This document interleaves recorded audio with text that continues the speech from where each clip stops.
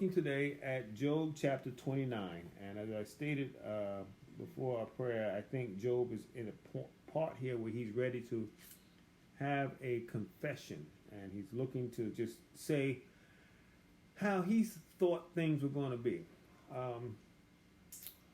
What Job is going to do here is he's going to reminisce and talk about things that he sees and how he sees life. And he's going to kind of give his version of, if I was in control, this is how things should be, type of thing. And he's basing it on the things that he's experienced in the past. And I think it's important to recognize this. I think we will see ourselves. I know I can see myself in here. I think that's one of the beautiful things about poetry literature. You know, the book of Psalms, Proverbs, and the book of Job here, is that you get to see yourself, because it will talk to the human condition. It talks to how we are. It speaks a lot to our emotions, to our hopes and our dreams. And I think that's one of the reasons why God allowed Job and his three friends to just rattle on. God didn't come in and correct them until they had a lot of conversation happening. And that's good, I would say, from our perspective, because it gives us a chance for us to dialogue about ourselves, how we think, how we see, how we react, our feelings. And sometimes we don't know until we actually deal with it. A lot of things you'd like to think should happen and would happen, but as you're in the moment, and that's when Job is going to, what he's going to talk about, you know, his past and things that he just looked at, your reaction will then be what it is. And that's what Job is going to bring forth here. All right, let's go ahead and get into this. I think we're going to have a pretty good discussion on this. Let's take a listen here. Let me set up the situation here so y'all can hear it. And let's take a listen now to Job 29. Chapter 29. Moreover, Job continued his parable and said, Oh, that I were as in months past, as in the days when God preserved me, when his candle shined upon my head, and when by his light I walked through darkness, as I was in the days of my youth, when the secret of God was upon my tabernacle, when the Almighty was yet with me, when my children were about me, when I washed my steps with butter, and the rock poured me out rivers of oil, when I went out to the gate of the city, when I prepared my seat in the street, the young men saw me, and hid themselves, and the aged arose and stood up. The princes refrained talking, and laid their hand on their mouth. The nobles held their peace, and their tongue cleaved to the roof of their mouth. When the ear heard me, then it blessed me. And when the eye saw me, it gave witness to me. Because I delivered the poor that cried, and the fatherless, and him that had none to help him. The blessing of him that was ready to perish came upon me. And I caused the widow's heart to sing for joy. I put on righteousness, and it clothed me. My judgment was as a robe and a diadem. I was eyes to the blind, and feet was I to the lame. I was a father to the poor, and the cause which I knew not I searched out. And I brake the jaws of the wicked, and plucked the spoil out of his teeth. Then I said, I shall die in my nest, and I shall multiply my days as the sand. My root was spread out by the waters, and the dew lay all night upon my branch. My glory was fresh in me, and my bow was renewed in my hand. Unto me men gave ear, and waited, and kept silence at my counsel. After my words they spake not again, and my speech dropped upon them. And they waited for me, as for the rain, and they opened their mouth wide, as for the latter rain. If I laughed on them, they believed it not, and the light of my countenance they cast not down. I chose out of their way, and sat chief, and dwelt as a king in the army, as one that comforteth the mourners. Chapter 29. All right. Moreover, Job continued his... Stop that. All right, so there we go. So, what do you think about Job's situation here? You kind of look at and see what Job begins to do here, and as 29 opens up, it says, moreover, Job continued keeping in mind he has been now at a stage where when he pauses, his three friends are no longer coming in with any retort. That they're done as far as their conversation. And so Job, just continues to talk as he sees that no one is coming in. And he's now at a point where he's no longer trying to defend himself. He's talking about himself. And I think one of the things that's interesting, if you go through here, you look at all the different times Job says I or me, he's reflecting on his circumstance and how he saw it. And he's given what looks like evidence to show that there should not have been this level of repudiation, of disrespect to his livelihood that was allowed by the devil to just come on in and happen. He's trying to show evidence that, look at who I am. And what he's doing here is kind of patting himself on the back, which we all can do. We've all been there. We've all been to the point where we're like, I have to defend myself and tell people how I try to do things. And Job in this chapter is just doing that. He's obviously speaking out of his disappointment. He's speaking out of his hurt, which when we do, keeping in mind that this book is full of emotion. Job is not speaking just feeling relaxed and cool and just like, yeah, everything. Job is speaking everything that he says in this book, he's saying out of hurt, disappointment, confusion. All of that is what his words are levied from, that they're fired from all of those types of emotions. His friends are also speaking from confusion, disappointment, frustration for not understanding that a friend of theirs could do something to cause this kind of a problem in his life. And the one word that I would though say that they all have in common that that they continue to lean on is confusion. And we know the scripture says confusion is what? Of the devil.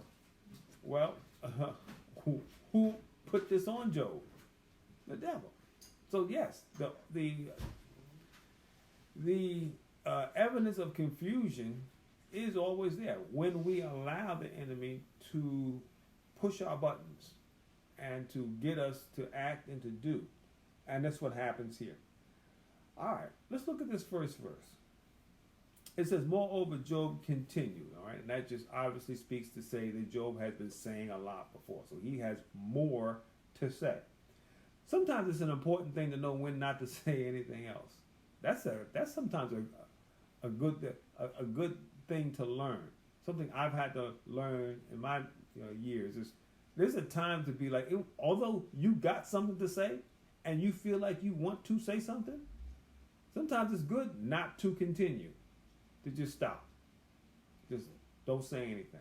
Just let it be and allow it to work out in a different way. But Job continued his parable and said, verse 2, oh, that I were as the months past. So what he's saying is, I wish I could go back. And he doesn't say decades or years. He says months.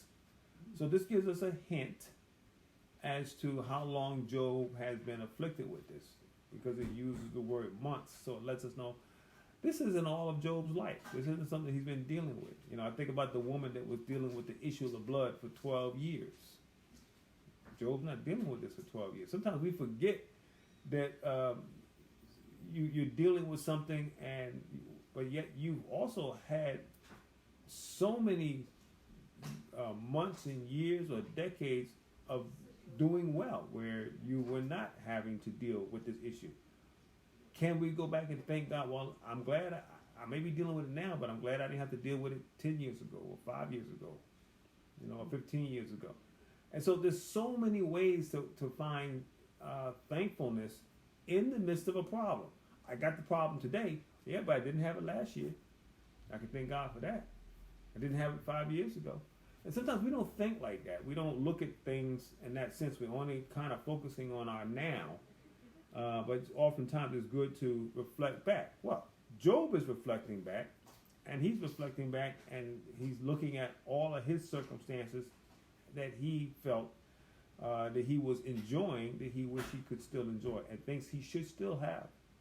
All right, so he says, "Oh, that I were as in months past." So he wishes that his present was like how he was in the past, as in the days when God preserved me. So right there, that's a statement there. In the days when God preserved me. So he's thinking now, God's not preserving me. And we can look at that in a variety of ways. Well, did God allow Satan to attack him? Of course he did. But does that mean that God's not preserving him? Well, I think God is making him better. But in order for Job to get better, he now has to go here, to this circumstance. When you take fruit, and I'm no expert on this, but I do remember when I was a kid, and I used to go down to Virginia, my Aunt Dorothy, and she would make preserves. She would can her vegetables. They put them in those mason jars and so forth. And I do remember her, gathering that stuff. And one thing I do remember is that she had to boil them or fry them or bake them or something. She did something. She had to do something to put some heat on it. And then she put some stuff in it, and she would close the jar. But she would have this little room, and she would put those jars in there. And I remember every year I'd come up there, those jars would still be there with that stuff that she canned, months and years ago. But in order to get preserved, you had to first go through the heat. And so I say all that to say sometimes when Job's making this thing, he said, "I wish I was back in the day where God preserved me." Well, you may be in that situation now where God is preserving you. But the process of preserving is not always sometimes what we think it should be. We want it to be smooth and easy and painless. But we learn through the book of Job that the identification of redemption is through pain, which we can deal and see and identify with, because that's how we were redeemed. We were redeemed by the pain that Jesus suffered. He bled, he died on the cross. And so that's an important aspect sometimes for us to keep in mind. All right. Well, it wouldn't make an imprint if it wasn't no pain. Mm-hmm. Because if it was all smooth and everything, we tend to forget. Don't hear you.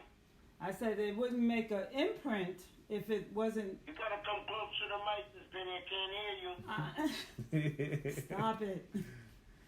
All I was saying is that it makes an imprint when it comes with pain. It's imprinted in our mind and in our spirit, and then we can always go to it, and it's almost like a place, a point that we can always go to and recognize. Yeah. And we remember. Okay. We remember that See, that's why I really identify with Job, because, as you know, Job was doing everything right, and therefore, for God to allow this to happen to him, which God allowed it, he just told the devil, you just can't kill him, and then, I go by and, I look for 2.5 years, man, from that day he would say, "Wayne, come to church with me." Like I said, that was the best thing that he ever did. Wayne, it's only an hour. It's only an hour, man. You're going to like it. And I tried to do everything that same day not to come. My phone, I couldn't open my phone. I couldn't call him. My sister wouldn't call him. So I had to go, and it was the best thing that could happen. And then, after 2.5 years, life is just, smooth. And boom, here's the stroke. And I keep saying, but like I read the book of Job. Plus, I already know what's going on. Job didn't know what was going to happen, so we already knew what was going to happen because I read the book. So, yeah. But what I'm saying is, I kept, saying, why me? If I got everything I should be doing. Talking. Yeah. And it's just, I don't know, just for a minute I just got confused, Right. Because I told myself, I said, this don't make no sense. I'm ready to throw in the towel. Right. And then someone said, we ain't no throwing in the towel, it's going to get better. Well. But, that's just how I felt. Right. and let me just say this: is the aspect of getting better. It's already better because you are walking through this with God. See, Yes. see, the thing is, Jesus said, "What would it profit a man if he gained the whole world?" So if you got all your health, all the money, all the power that you wanted, but you don't know God, and you walk through this world with all of that, what profit will it have you in eternity? Versus going through whatever you may have to go through, but doing it with God. That's the key. Can I walk with the Lord? Can I walk with, with the Father, with the Son, with the Holy Spirit? Can I walk with God through whatever? Then it's like, okay, I'm not by myself.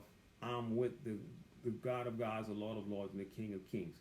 Therefore, I may be struggling, I may be confused, I may be hurt, my feelings may be tender, but I'm with God. So I gotta now have confidence that somehow He's gonna work it out. And then you just gotta lean on Him. So what we see Job doing here in this 29th chapter here is he's leaning on his memories. He's leaning, now he's talking about God, because when things were going good, he was, yep, that's God. And now that things are going bad, he makes this statement as though God is not preserving him. He goes, I wish I was back in the days when God preserved me. In the end of that second verse. But what he doesn't realize is that God's right there with him. God is still actively preserving him. He don't know that God told Satan, you can do what you want, but you can't kill him. And since you, like you said, Job, like you said, when you read ahead, so you know that God's going to restore. Job don't know that either. Remember, I told you I was reading the Bible, so I'm finishing Jeremiah now. Yeah, that's good. That's good. I never stopped reading. I've just been reading every day, like I said I was going to do. Excellent. All right. So let's look at, your mom is tickled. Let's look at verse 3. I'm not going to mute you yet. No. All right. When we started, I'd already finished, Job. Yep. But I didn't really get all the understanding until you started explaining it. Right, which is good. And I got somebody I can identify with. yeah, you certainly do. We all do. I definitely see myself in this book from an attitude standpoint, how we think. And this chapter is going to bring out some more, I guarantee you. So look at verse 3. It says, he says, so I wish that verse 2 again, he says, I wish I was back there where God's preserved me. He says, when his candle shine light upon me. So he's like, I had the light of the Lord, God's candle, God's light, God's direction. Jesus says, I am the what? The light of the world. So it's like I was getting clear direction. And it's almost, when you say, okay, well, if he's saying I was getting clear direction, what does that mean now? I'm not getting clear direction. If you're driving in the car and you go, I used to know where I was, and that means what? Now I don't know where I am. So what Job is saying, I don't have that light. I don't have that candle shining upon me. He said, I had that candle that shined upon my head, and by his light I walked through darkness. So he recognized that he was able to go through difficult times in the past, because the things that were considered difficult times to most people, Job was illuminated by the light of God. And he was able to walk in that darkness. Now, what's happening is that Job is in darkness and he can't see the light of God. That does not mean that God's not there. Yeah, right. And that's an important thing to keep in mind. But from Job's standpoint, he's hurt. He feels like I'm not, with God anymore, and I don't understand why. All right, and sometimes that can be something that can be devastating. Verse 4: as I was in the days of my youth. So now he's going back to his childhood now. I remember serving God as a child. All right, so he's talking about now, I can remember doing this as a child. Sometimes when we think about what we did as a youth, sometimes we're proud about it, sometimes we're ashamed about it. But Job was looking back and he goes, I was doing this in the days of my youth, when the secret of God was upon my tabernacle. So upon his being, the word of God, the revelation, the goodness of God was upon him when he was young. Now we're going to come back to this in a minute. I'm going to read the next verse, and then we'll come back to this whole aspect of his youth. Look at verse 5. When the Almighty was yet with me, when my children were about me. So now he's talking about how he was walking with God when he was young, and then he follows up with that, and how God was with him when he was dealing with his children. Now, if we go back to the beginning chapters, I think it's the second or third chapter, what did Job do every day for his children? He offered up what? Sacrifices. He said, I will offer up sacrifices for my children just in case they've sinned. And I found that interesting because Job talked about him when he was young. He knew himself that God was upon him. But his children, he wasn't so sure. He wasn't so sure whether they were walking with God. So he decided to do what? I'm going to offer up sacrifices for them. Which you can understand, but it doesn't carry anything. Because every bucket, as they used to say back in the day, every bucket's got to sit on his own bottom. The child has to be taught and showed that you need God just like I did. And until the child is ready to do that, your sacrifice is instruction. It's not relationship. I'm sacrificing for my children. All he really was doing was showing them how to sacrifice. Right. All right, so he's giving them instruction, but the sacrifice is not doing anything in relationship for the children to God. That has to come between them and God. And that's an important aspect. The other thing, when I think about this, when I'm reading this, he's thinking about his youth and what he was doing. And now he said, now that I'm old, he's offering up for his children. I just realized I didn't see anywhere in there where Job said, I'm going to offer up sacrifices for myself. In case I sin. See, he offered up sacrifices in case his children sin. So he could see that his children were walking in a way that he didn't see proper, which could or could not be true. But what he didn't do was say, oh, I'm going to offer up sacrifices for my sin. Yeah. So once again, you have that situation where, if you read into it, you see why Job, through this chapter here, he's going to be doing a whole lot of I and me, and, he's talking about himself. And he's doing this from a reminiscent standpoint. He's talking about how he sees himself. And there's a lot of ways you can kind of interpret this when it comes down to applying it to yourself. Let's keep going. It says 5.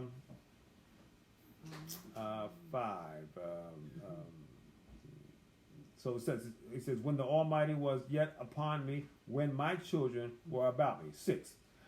When I washed my steps with butter, and the rock poured me out rivers of oil. So what is he saying here?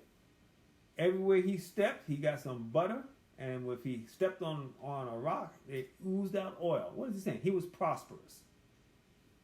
Everything he did, because the butter back then was valuable. The oil back then was valuable and represented, a lot of time and labor to produce. Mm-hmm. So it represented his ability to just produce wealth. It's almost to say everything I touched turned to gold.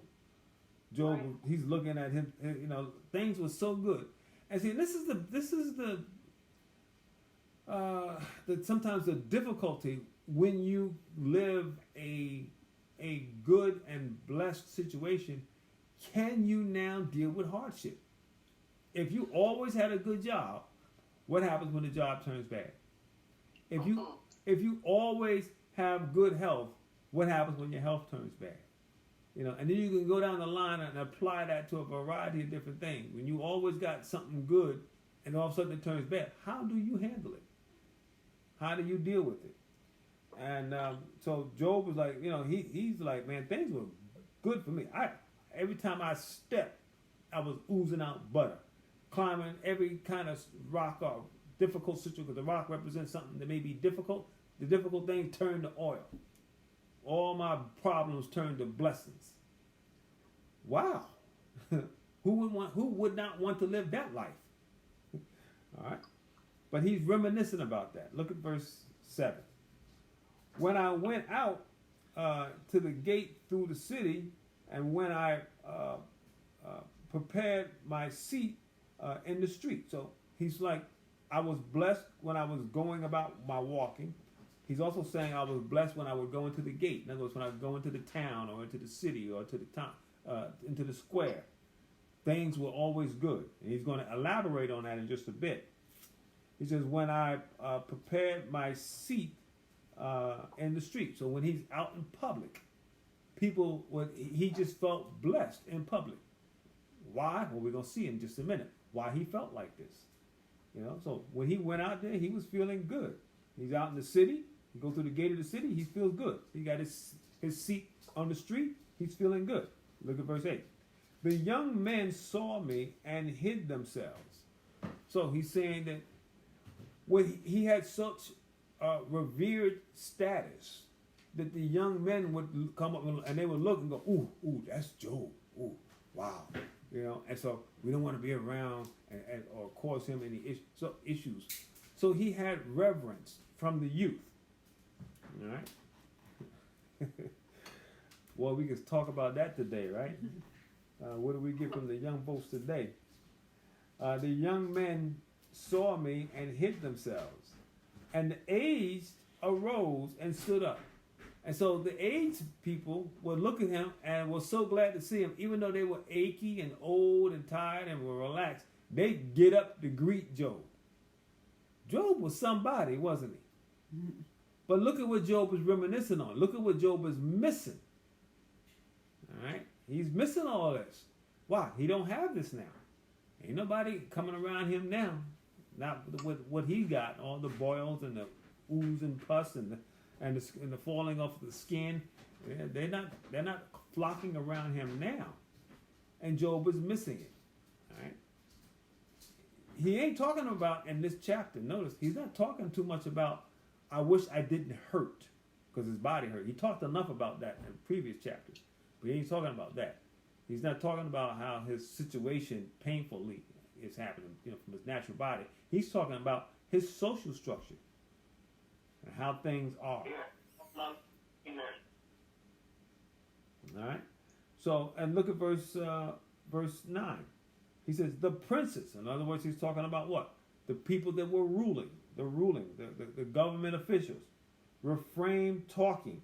So when he comes around, we don't want to say anything else. Let's hear what Job's got to say. The government and the princes and the leaders valued his input and his opinion, and laid their hands on their mouths. We ain't got Job is here. I'm done saying it. I want to hear what Job's got to say. I want Job's opinion on the matter. Highly respected, highly honored. Job saying, I miss that. Well, who wouldn't? If this is the kind of life you live in. All right? And you kind of think about it. If you live in this kind of life, don't you think that at one point the bubble's going to burst? At some point, right? But let's keep going. He ain't finished with all this wonderful stuff that's going on in his life here in the past. This is how he saw it. This is how Job saw it, what he was thinking. Look at 10. The nobles held their peace, and their tongue cleaved to the roof of their mouth. So the aristocracy, I'm not saying that word right, but the people with legacy, that had family traditional prominence, the noble people, they even looked at Job and go, oh, yep, that's Job, yep. Yeah, he's part of us. We know we look at ourselves as being the upper crust of society, and Job is right up there, just as crusty as we are, right? So everybody is seeing Job in this wonderful light. Verse 11, when the ears heard me, then they blessed me. And when the eyes saw me, it gave witness to me. So Job is saying that everybody wanted to hear what I had to say. When I began to talk, people listen. What was that? E.F. Hutton? When E.F. Hutton talks, people listen. Y'all remember that commercial from back in the day? All right. So everybody's listening to Job. Everybody's listening. And it says, the eyes saw me. It gave witness unto me. All right. Look at verse 12. Because I delivered the poor. Oh, now. So he's talking about all this honor he got. Now he's going to tell you why. Let me tell you what I did. Now, what is Job doing here? What is he doing? He's selling himself. He's trying to show you why he don't deserve to be going through this. Right? And the reality of it is, it's like, what can you say that can make anyone think that in a world of sinfulness that you are not supposed to be interacting with sin? If you are in the ocean, you're going to get wet.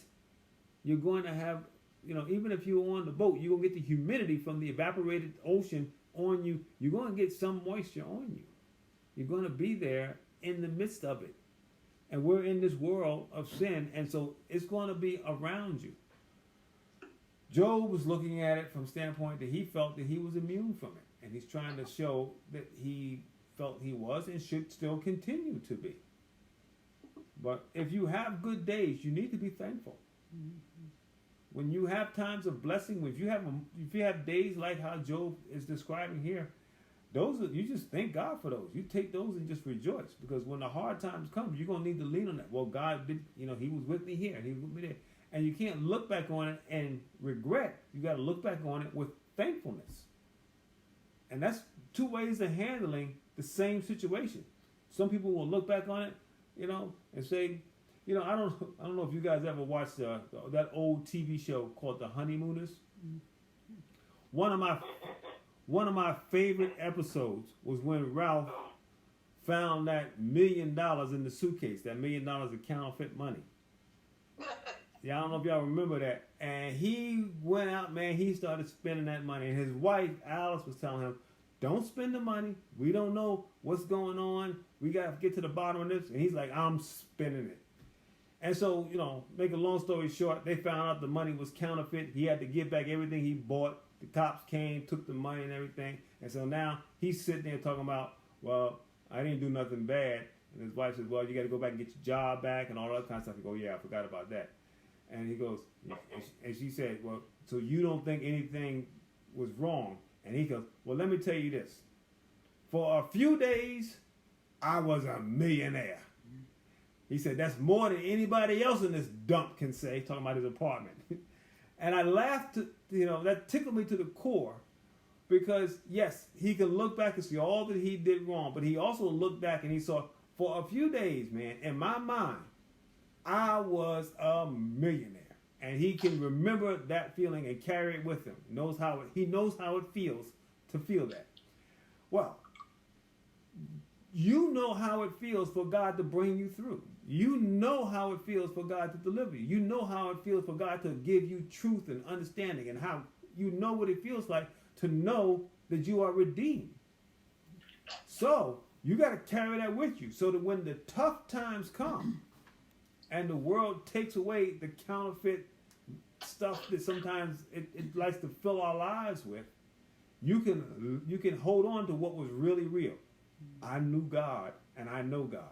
God brought me through, and He's with me now. And you can hang on to that in the midst of difficulties and in the midst of bad circumstances and situations. All right, let me move along.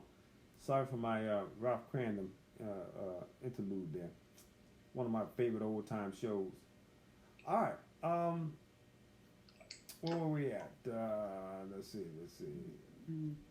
Verse 12. Because I delivered the poor that cried. He's giving you his description. This is why he did this. And the fatherless. Okay, he helped the poor. Job, he was going to help anybody that needed. The fatherless, they don't have any direction, any protection. He's coming there to help. And him that had no one to help him. So people that have no one else to turn to, they could turn to Job. And Job was there to help. He ain't finished. 13. The blessings of him that was ready to perish came upon me, and I caused the widow's heart to sing for joy. All right. So he's letting you know, if there was an opportunity for blessings, I was there to do it. And when people when women lost their husbands and didn't have nothing to lean on, they could lean on me. He was there so he's there for the poor, for the fatherless, for those that have no help. He's there for the widows. All right. He's not done. 14. I put on righteousness, and it clothed me.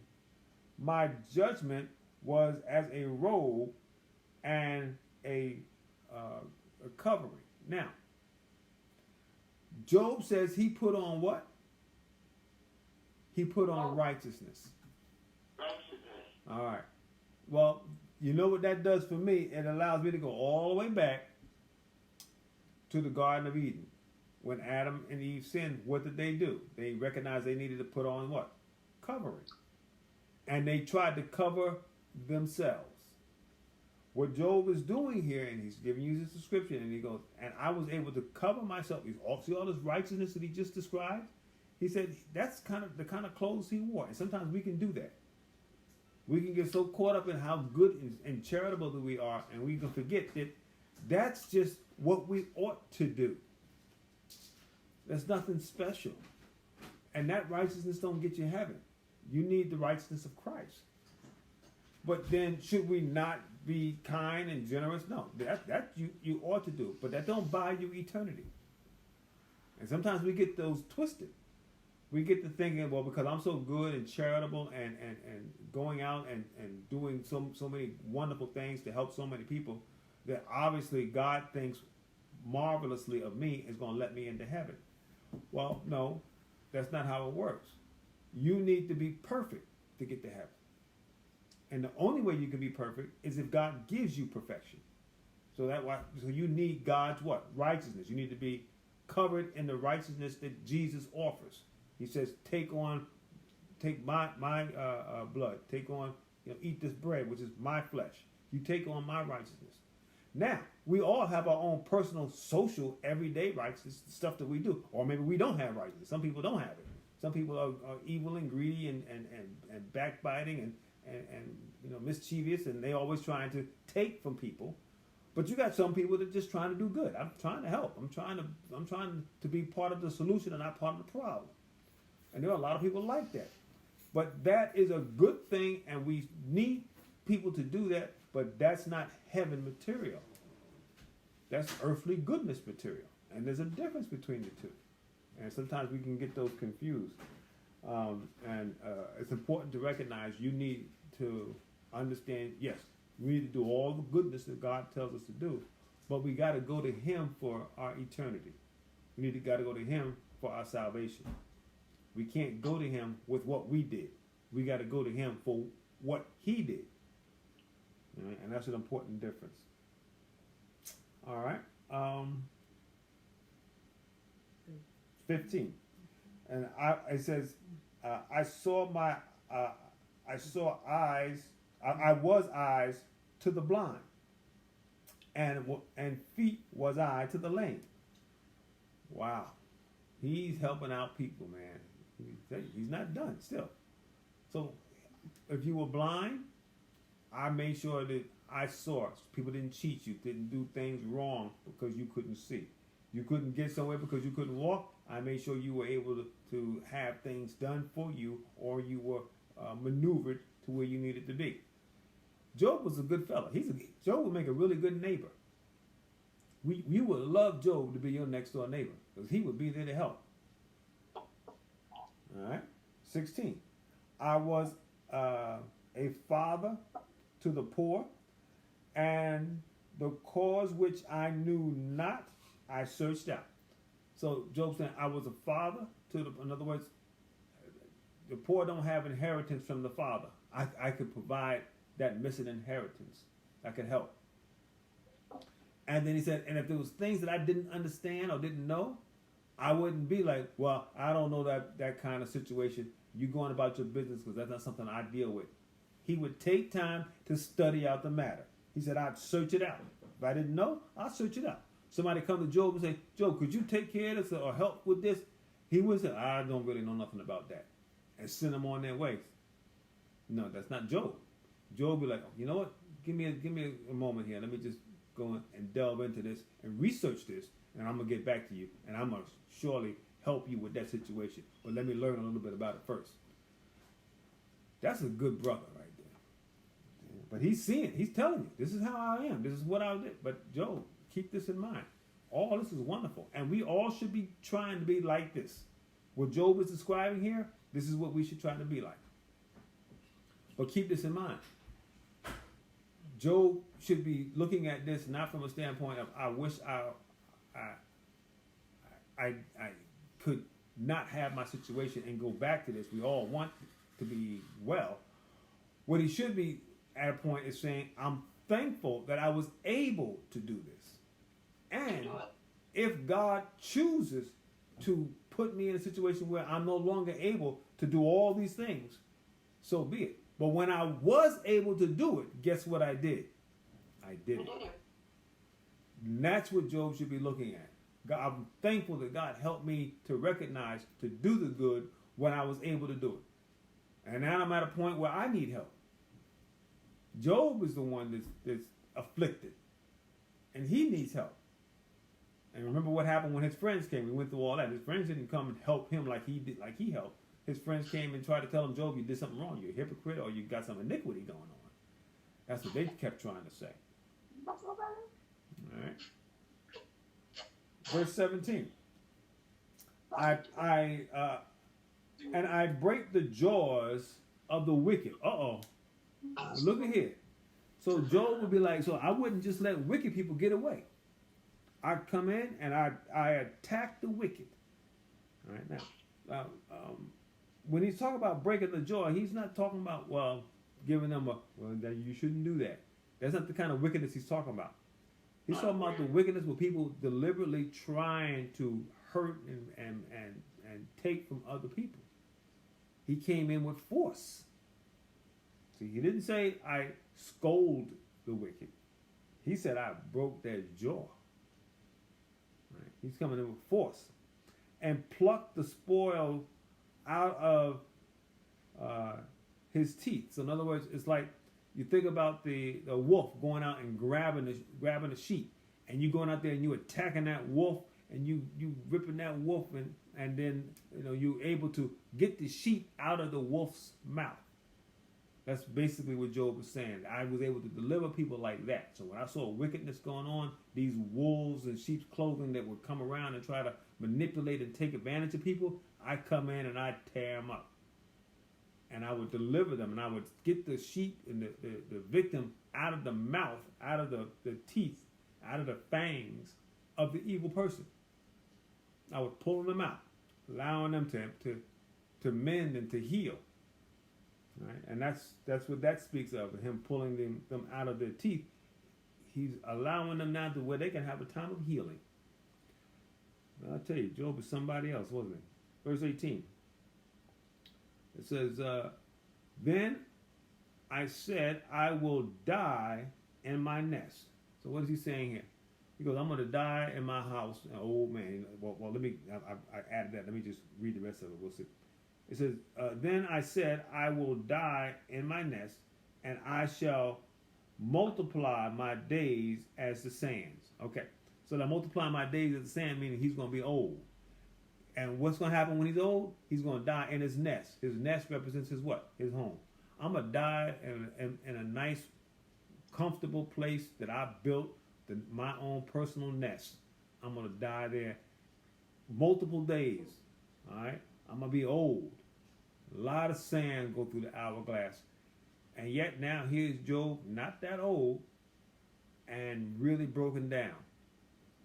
So his vision of how he thought his future was going to be, see, he went from what he did, went past what he is, now he's going to what he thought he was going to be. You see what I'm saying? So now he's looking. He went to his past, and now he's going to tell you what he thought his future was going to be.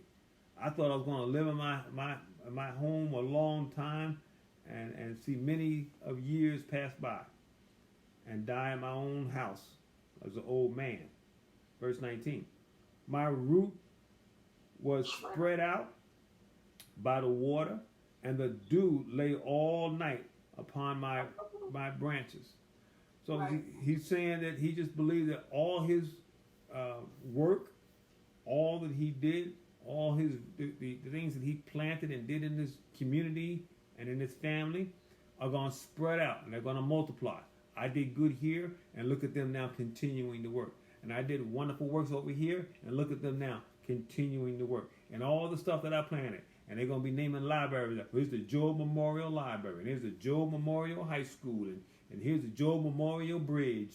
And they're going to name all this stuff after me because all this wonderful stuff that I did. All right, Job. Everybody wants a wonderful life, right? But it ain't how it always going to be. All right. Verse 20. My glory was fresh in me, and my bow was renewed in my hands. And my bow, I should say, was renewed in my hands. So he's saying that, when you think about glory, you think about the thing in which God dwells in.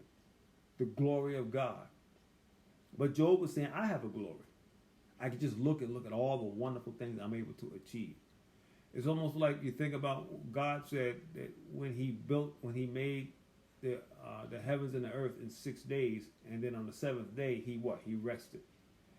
He was able to just glory in what he had achieved. All right, and then when things went forward and they began to change, then he could no longer rest. Now he had to come into earth, and now he had to do what? He had to die to bring forth what? The same glory that he initially created. Well, what is Job saying here? My glory. You know what? I want to see this. I want to see what the other thing here. What verses? I want to read this in verse 20. Let's see here. It says, he says, my glory and my honor are. This is the Amplified Bible. My glory and my honor are fresh in me, being consistently renewed, and my bow gains every new strength in my hand. So it's basically giving us the same thing. But this is what he's saying: his glory, his ability, his strength is renewed. So he's just thinking that even though he's going off in age, he's going to continue to be looked at, and he's going to continue to be strong. Sometimes when we look at our life and we think, well, when I get old, I'm not going to be able to do this. I'm not going to be able to do that. That's not how Job saw himself. He saw himself as being somebody that was never forgotten, always looked upon, and yet still, in his old age, while he's still around, he's still got his bow. He's still able to do. He's still strong. All right? And that's an important thing, to keep in mind. That's how he saw himself. All right, 21. Unto me men gave ear and waited and kept silent at my counsel. So he's saying when people came to me and wanted to hear from me, they would listen to me and never interrupt me. Boy, wouldn't you like to have a world like that? You could just talk and nobody interrupt you. Just get your thought out. It's respect. That's called respect. Yeah, exactly. And that's the mindset that Job had, and the things, how he saw things being in his world, and how he envisioned his life was and was to be. Look at 22. It says, after my words they spake not again, and my speech dropped upon them. In other words, like we just said, when he said, nobody questioned it. He would give a statement, and nobody would be like, well, Job, I don't know about that. No. If that's what you think, Job, I think you must be right. Wow, that's a lot there. All right, but this is how Job saw himself. Now, keep in mind, just because he saw himself that. Now, if we were to go back and ask Job's wife, tell me what you saw. we might see a little different situation here. We might have a different comment.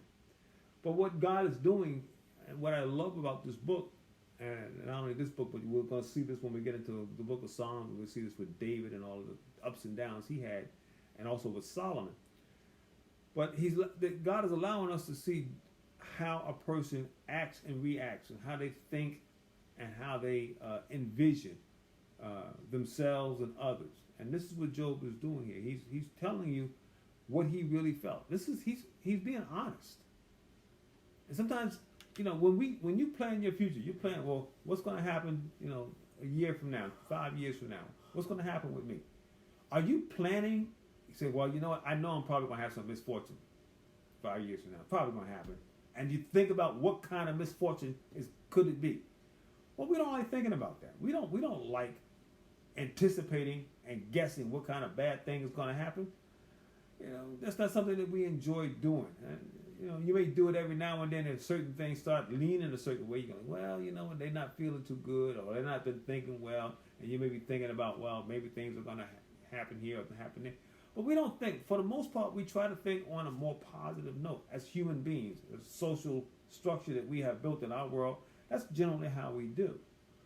But the realities of it is that the life always brings in that little, disturbance. You get it all the time. No one could have predicted 2020 would be what it is this year. If somebody would have told me this, I would have been like, man, what have you been drinking? If you're going to tell me that this was going to be the kind of year that we would have. And so in our lives, how often do we anticipate the difficulties are going to happen? And sometimes there's not a lot you can do to stop it. So get prepared. Be able to withstand the storm. Be able to withstand the bad news. Though we don't think about it or plan for it a lot of times in our thinking, we do have to be able to be rooted and grounded in God enough to be able to handle it regardless. And that's something that you can pull out of this book here when you're reading Job. All right. Let's finish this up here. 23. And they waited for me as for the rain. In other words, when there's a drought and when rain is coming, when you anticipate that, the ground just soaks it up. And Job is saying, this is how I see myself, as going forward. I would be like rain coming on a dusty ground. They just be there waiting. Can't wait for the rain to come. And they opened their mouths wide as for a latter rain. All right, and when it says open their mouths, it's not from the standpoint they're talking, but they open their mouths as in awe. Wow. Look at this guy. Listen to this. All right. This is not Job's envisioning of himself here is incorrect. Job is not going to get all this. But you know who did get this? Jesus. From 12 years old, when he was sitting there talking with the religious leaders, they were astonished at his wisdom. They were going, wow. All right? So it's important to keep in mind that this honor and this glory and all this wonderful stuff that Job is describing about himself, you know who did all of this but did it perfectly? Jesus.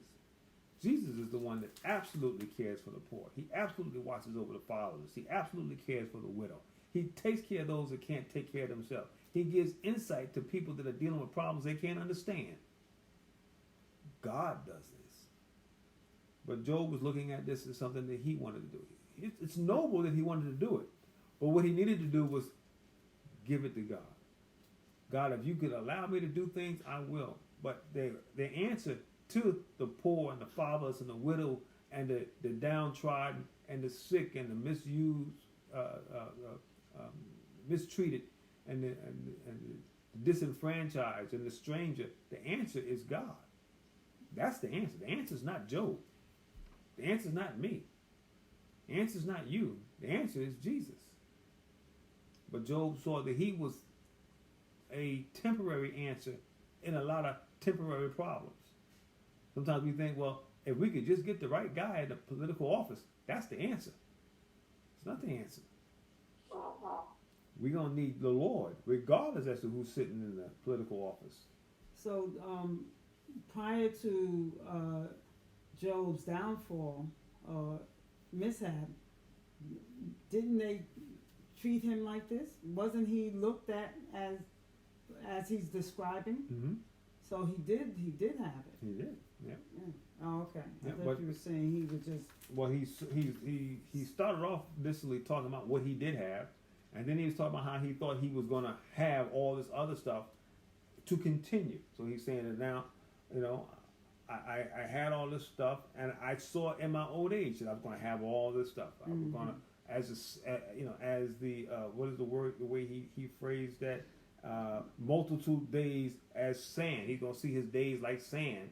So as you sit there and just watching sand go through, he's going to see himself getting older and older, but still enjoying all this stuff, all right, that he's able to do. And what's noble about this is that Job enjoyed helping. He's not saying I did this and man, this was frustrating, helping those widowed women and those fatherless children. That was frustrating. It's not his mindset here. And so his desire to help and his willingness to help is good. He's trying to do a job that he can never finish, he can't complete, and he don't have the strength enough to help in every situation because he don't have the strength enough to help in his situation. He's in a situation now that he can't help. But everything that's listed here, plus Job's situation, is answered in the Lord. And that's what we have to always remember. God is our answer. He is our supplier. He is our way maker. A lot of people were very astonished and looked to Job for a lot of wonderful things. But Job needs to make sure that you tell them, don't just look to me. And when you try to help people and you do things and you become a thing that people can lean on, when you become an answer to somebody's prayer, remember to let them know, yes, I'm glad I'm able to help, but I thank God that he provides, or he gave me the wisdom, or gave me the know-how, or whatever the case may be. We got to make sure that we do that. All right, we're getting past our time here. Let's move along here. All right, so last two verses. If I laugh on them, they believed it not. In the light of my countenance, they cast not down. All right. I want to read that in the Amplified version here. Look at what it says. It says, I smile at them when they did not believe. Look at that. All right. So it's like I'm not really worried about them accepting what I say if they don't believe it. I just went on. It didn't bother me. I kept my joy. I kept a smile. I kept a light heart. I kept a chuckle in my heart, in my mind, and in my heart. And sometimes that's a beautiful thing to have. When people can be really mad at you, and you can be like, "Yep," but it's all good. Why? Because you can be really glad because you know God's in you. God's got my back. Not because I might be right or wrong, but I'm trying to do what I feel is right. I could be wrong though. But what I do know is I know God. That's what I can really rejoice in. All right, so he can laugh and rejoice in that. 25. I chose out their way and set chief and dwelt as a king in an army, as one that confronted the mourner. Comforted the mourner. Thank you. And so, one thing that we can keep in mind is that everybody's going to have some bad times and some bad situations. And can you be there to help somebody? Can you give comfort? All right. 'Cause one thing to keep in mind is, number one, nobody knows how to handle everything. And so when people come across something that they find difficulty, can you be there and say, you know what? I think I can help you with this. A lot of times what we have is criticism. Man, we can criticize. we can point fingers and say, "Yo, you didn't do this right, and you didn't do this correct, and you didn't do that right," and we are good at that sometimes. Job's friends. And Job's friends were very good at that, exactly. And so sometimes we need to be able just to be a protector and an army and a chief and be there for people that are in a period of mourning and go there and help fight their battles. Right? That's an important thing to do. And sometimes that's not always easy. Sometimes we're struggling to fight our own battles. I got my own wars and difficulties and problems to fight. But can you also, while you're fighting your battle, go in and help and fight somebody else's? You know, you think about the Lord, you know, he fights our battles. And look at what he deals with. I mean, he's dealing, for whatever reason, for things unforeseen to me or probably anybody else. There's a battle going on between God and Satan. And while that battle is going on, God is watching and protecting over me while he's dealing with. And I say that, let me just make sure I clarify this. It ain't like it's difficult for God. You know, God is not struggling with Satan. I'm not trying to say that, because that ain't what's happening. There is no struggle with God. But what I am trying to say is that God is mindful of me while he's dealing with this evil that is present. He's also mindful of my needs and my hurts and my difficulties and my heartaches. But not just mine, yours too. Everybody's. And so, yet while he's dealing with all this spiritual evil that's going around. But that shows you how big and how great God is. All right? And I'm going to stop there. Any other comments or questions to add to our study tonight? I think this is something that's interesting, getting into the personality and the lifestyle of Job. Gives us something to kind of move forward as we move forward to keep in our mind about why he may say or react the way he does. All right. So we got some more couple of chapters to deal with before our other friend Elihu comes in. That's the last friend that's got something to say. He hasn't said anything yet, but he's on his way. All right. We're going to stop at this point, and we're going to go ahead and have a word of prayer. Let's bow our heads.